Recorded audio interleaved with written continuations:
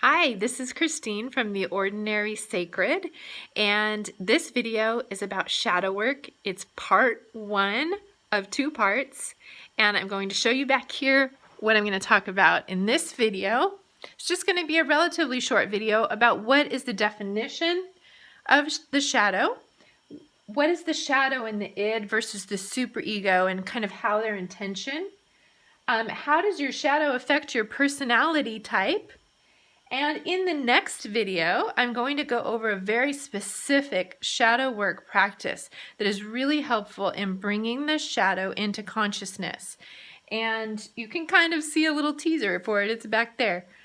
But for now, I want to just give a foundational understanding of what the shadow is. So the shadow is the part of your psyche that, for whatever reason, your ego finds threatening.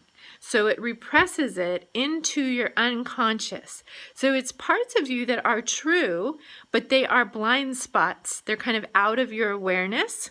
And according to Carl Jung, the shadow can consist of good or bad things. For example, if your ego thinks that maybe being arrogant is threatening to you, it may try to hide from you some of your best qualities. But we most often think of the shadow as our negative qualities, and we often equate it with Freud's idea of the id, which is our primal nature and the part of us that is kind of instinctual, sometimes can be irrational, but it's mostly based in our anger impulse, our fear impulse, and our desires, kind of our carnal bodily desires. And now that's the shadow id over here. And it's unconscious often, it's down here. But then we've also got some subconscious programming that we call, or what Freud called the superego. That is our social conscience, our critic, and it is based in judgment, shame, and guilt. And it often, again, is for our social survival. So it uses the shame and the guilt and the judgment in order to suppress the shadow so that we can survive socially. So we've got both of those going on in our subconscious and our unconscious. And depending on our personality type, one of them may be more dominant than the other and the other repressed. So for example, I am a 1 on the Enneagram. For using the Enneagram personality typing system, the 1 is the perfectionist, which means that I have an overactive superego. I have a strong inner critic that is based in fear and shame and guilt and shame and guilt and judgment, and it suppresses any anger that I have, any desires that I have, and sometimes the fear that's in me. It suppresses it to keep me in line. And so my superego is more apparent in my personality, but my shadow self is there, and like what Red Hawk says, I see it so that I don't have to be it. So when what I don't see actually controls me. So while my superego is dominant, my repressed shadow is still really dictating a lot of the things that I do.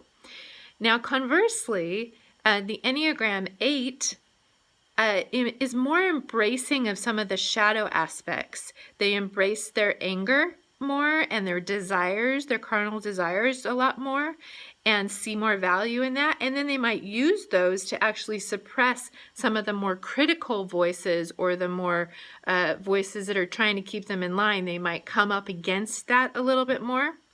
So you can see that depending on your personality, and if you're some of the other numbers in the Enneagram, my theory is that the 1, 2, 3, and 4 are kind of more closer to the superego, the critic, and that the personality types of the 8, 7, 6, and 5 are closer on this side to the shadow, but they have varying degrees.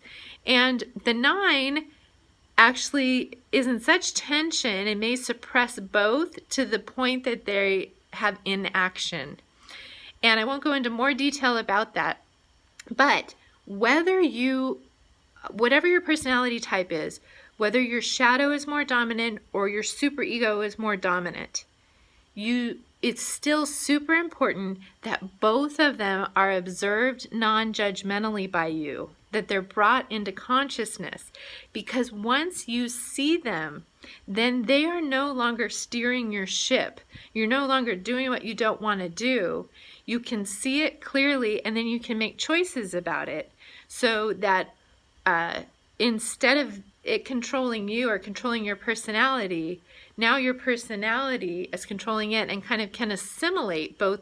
You'll still have your shadow and your superego because they are necessary for your survival, but now you have control over them instead of them controlling you.